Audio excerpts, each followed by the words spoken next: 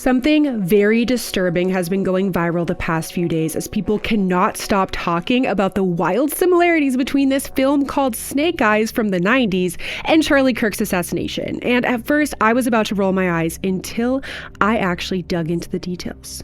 And honestly, they are shocking. It makes you wonder if there's no such thing as coincidences at all. But this isn't the first time that a movie has strangely foreshadowed a real-life murder. And it got me thinking about another case that I've been obsessed with for years, where the coincidences stack up so strangely that they start to feel like something more. I'm talking about the infamous Elisa Lam case. The insanely creepy dark water movie parallels The Last Bookstore and so much more. This is not the first time history has delivered us a script too strange for fiction. But since it's trending right now, let's dive deep so you can decide for yourself whether or not we're living in the Matrix. Man, I don't even know. But if you're liking this channel, please like and subscribe, leave a comment since I'm a new creator and every comment literally makes my day. It helps so much when you engage with the video and my channel. Bye, Squishy. Anyway, I hope you're ready for some of the most mind-bending incidents that I've ever come across in all my research of the strange and mysterious. These will get stuck in your head like a worm in an apple, so only watch this if you want to start questioning absolutely everything. I'm Shelby and this is Chill Seeker. Okay, let's go.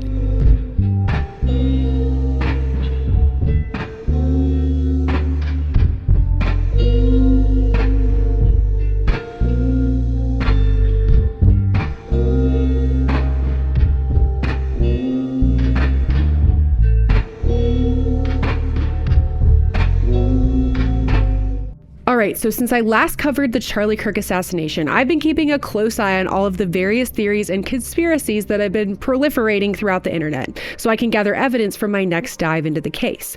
But this insane conspiracy caught my attention in a visceral way, and I had to jump on right away to share it with you guys and fully analyze it. So let's get into it.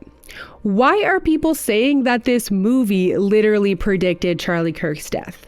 Let's analyze each claim so you can decide if you believe that this is just an overblown coincidence or evidence of some larger plan or quantum entanglement. The movie in question is Snake Eyes, starring Nicolas Cage, which came out in 1998, 27 years ago. The first most notable similarity is the name of the character who was assassinated in this film. His name is Charles Kirkland. Charlie Kirk, Charles Kirkland, it starts out weird, but that's not all. He is assassinated, Charles Kirkland, at a large event by getting hit in the neck. In the movie, it's a boxing match, while in real life it was obviously a college debate event, but then it gets even stranger. Okay, so there is this character in the film named Tyler, just like Tyler Robinson, the suspected shooter in the Charlie Kirk case.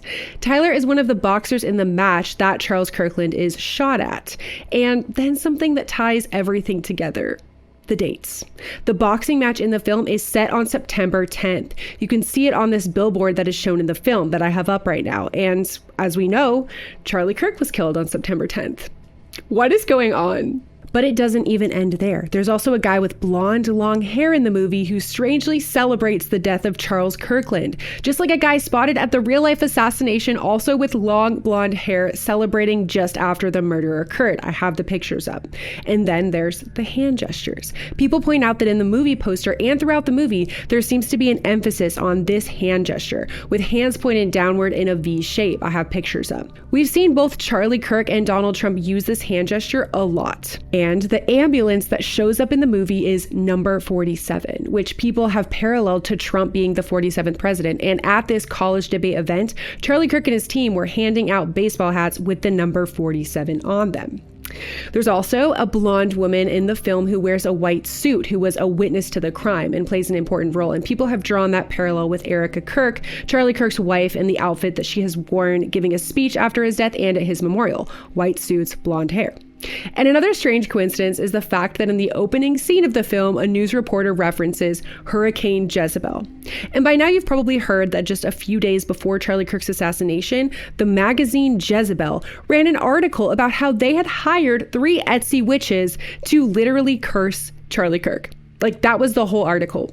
about these witches burning his photograph and putting all of their witchcraft energy into cursing him. And then, of course, a few days later, he gets assassinated. Like, the timing on that is insane, and the name is unique. I mean, we're not talking about the name Emma or something. Jezebel is a very specific name that isn't really even used in real life because of its connotations. And I really feel like the Charlie from It's Always Sunny meme with the red string in the board, but like these coincidences are insane. And that's not all. Okay, so the taglines for the movie are absolutely wild. Let's see. They're "Believe everything except your eyes." He's got 14,000 eyewitnesses and no one saw a thing. Seeing is deceiving and watch closely. Like, what? Are you kidding me? Okay. Insane, right? Insane. Especially in the context of the conspiracies that are running wild about this assassination. Like, people cannot stop talking about it. And all of the different threads that are being pulled, from Candace Owens to Israel to Tyler Robinson being the fall guy. I mean, there's just so much to unpack there. And like, this is not a full deep dive into the case because I'm going to do that at a later time when we have more information. But just in the context of all of these conspiracies that are running wild, those taglines and everything in this movie just feels over the top to me. Like, I don't know what is going on. And also, to top it all off, as if we needed another thing, right? 2025 is the Chinese zodiac calendar year of the snake. Snake guys, get it? And I really don't know what to make of it, but it did remind me, as I said earlier, of the infamous Elisa Lam case. I'm going to give you a quick rundown of what happened, and then we'll get into the parts of it that just will literally keep you up at night. Okay, so Elisa Lam was a 21-year-old student from Vancouver, Canada, who decided to take a solo trip along the West Coast in January of 2013. She checked into the Cecil Hotel in downtown Los Angeles, a place with a very long and dark history, which we'll get into a little bit later. For days, Elisa kept in regular contact with her family back home, but on January 31st, those calls just suddenly stopped. She was last seen that day by hotel staff and then at a local bookstore, but when her parents couldn't reach her, they reported her missing right away. The LAPD launched a search, and a week later, they released the infamous surveillance video from one of the hotel's elevators. Like, you've probably seen this if you're into true crime at all. In it, Elisa can be seen pressing multiple buttons, darting in and out of the elevator, and just gesturing very strangely as if she's hiding from someone or talking to something that's not there, but no one else ever appears on camera. This clip went viral worldwide, and it's still one of the most unsettling pieces of footage on the internet. Like, just watching it gives me chills, and it will be playing alongside me right now.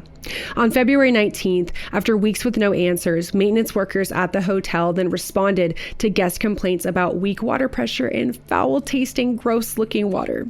When they checked the rooftop tanks, they made a horrifying discovery: Elisa's body floating inside.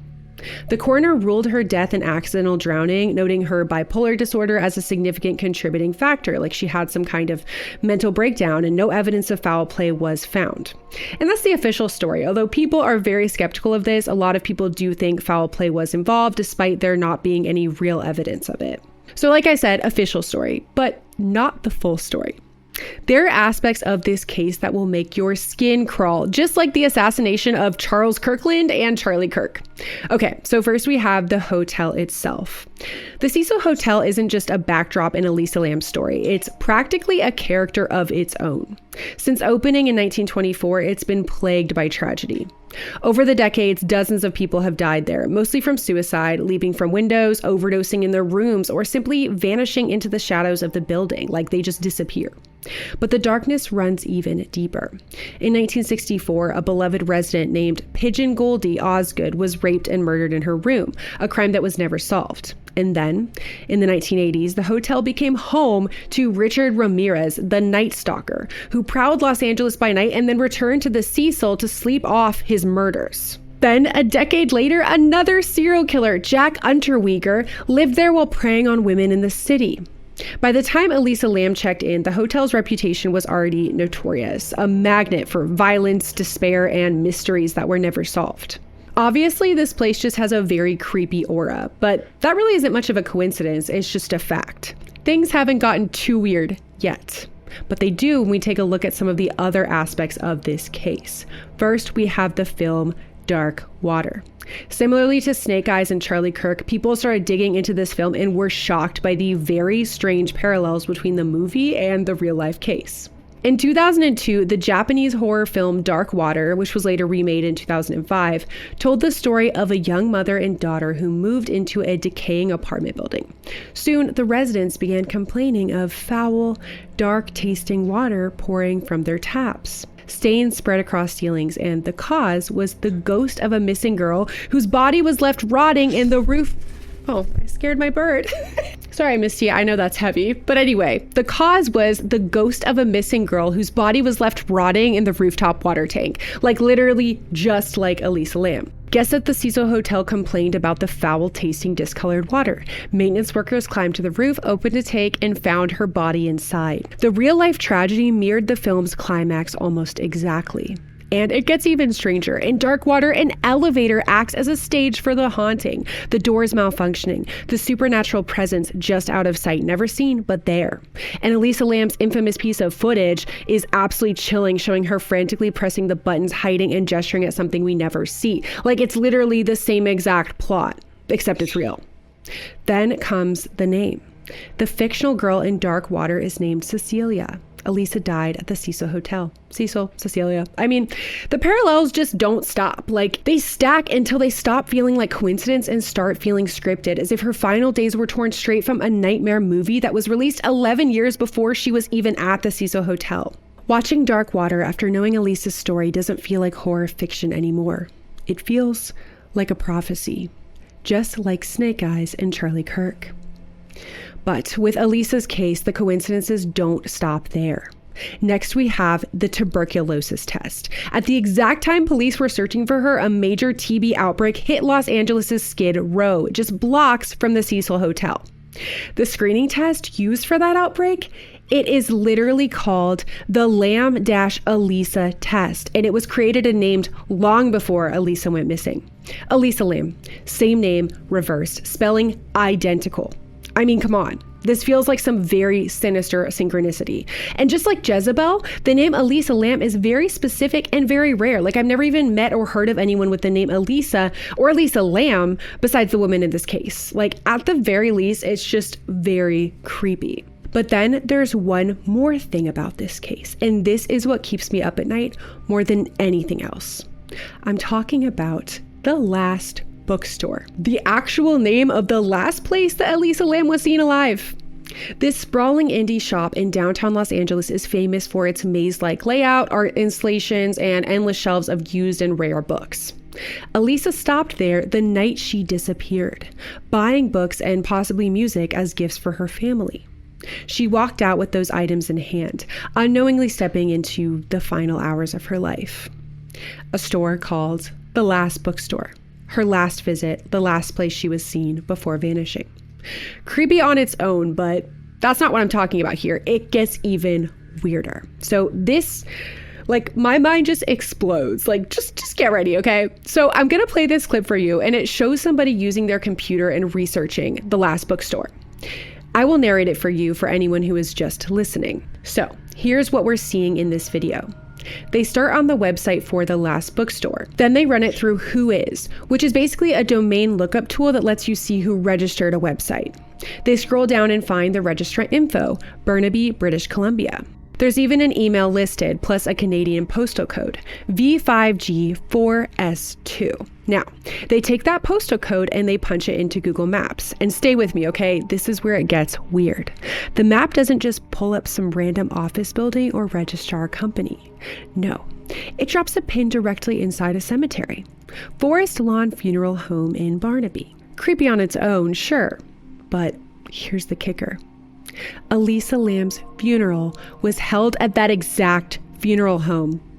You can see on the screen, that's where her service was held, and that is where she is laid to rest, that exact cemetery. People who visited it even say that the pin is exactly in the place where her gravestone is. And remember, the bookstore is in Los Angeles. And we're talking about Vancouver, Canada. And Canada is a massive country. Like, it's not even like her last days that she was seen was in Vancouver and then she was buried in Vancouver, the bookstore's in Vancouver. Like, no, we're talking about different countries. Los Angeles versus Vancouver. It makes no sense, okay? It just doesn't make any sense. I'll skip the next part of the video where they double check this a few different times with different websites, but it always leads back to that exact same spot on the map. And then, almost like adding insult to injury, they highlight a word on the bookstore's homepage: graveyard. It's part of a line about hiring for graveyard shifts, but still, it's sitting there on the front page of the last bookstore website, connected by paperwork to the very cemetery where Elisa Lam is buried, the graveyard. So freaking weird, right? I mean, I don't even know what is going on anymore. A few people in the comments did note that this domain registration address was changed just this past year, but up until that point, many people have fact-checked this and tried to debunk it, but it was absolutely real and not doctored at all. So make of that what you will, my friends. When you stack it all up, the Snake Eyes movie that names its victim Charles Kirkland and stages his assassination at a public event. And then you have Charlie Kirk actually killed on September 10th. You feel a chill. Names, dates, settings, even the taglines all feel like someone pulling the strings behind the scenes. Then you look at Elisa Lam, the water tank, the elevator, Darkwater's prophecy, the last bookstore domain pointing back to her funeral grounds, and that tuberculosis outbreak and test named LAM-ELISA. The so-called coincidences pile up till they really don't feel like coincidences anymore. It makes you start to wonder, maybe there is a script, one we never asked to be part of, and sometimes in its pages, history writes itself in patterns so uncanny that it just makes your skin crawl. So, is it all connected? I mean, I don't have the proof. I'm not saying it is. But sometimes it just feels like we are actors following lines written long before we arrived on a stage that we can't even really see. Now, I want to hear from you.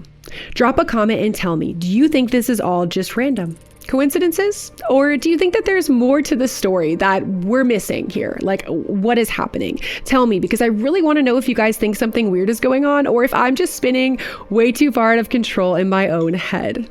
And also, every comment really helps my channel grow, so please do that and like and subscribe, etc., etc. You can also find our free Patreon at patreon.com/chillseeker and follow us on social media at @chillseekerpodcast on Instagram and @chillseekerpod on TikTok, and leave us a 5-star rating if you're listening on Apple Podcasts or Spotify. Also, just a quick reminder, when I'm not podcasting, I'm actually a full-time oil painter. I've had people ask about my shop, so if you haven't seen it before, the link is in this video description. Go check it out, and you can grab prints of my work in all different sizes and price points. I also do luxury custom oil paintings for homes and commercial spaces. If you'd like to support me and my channel and also get some really cool art for you or as a gift for someone you love, the link to my shop and my email are right there in the description. Thank you so much for your support. Stay tuned and keep seeking chills. See you next time. Bye.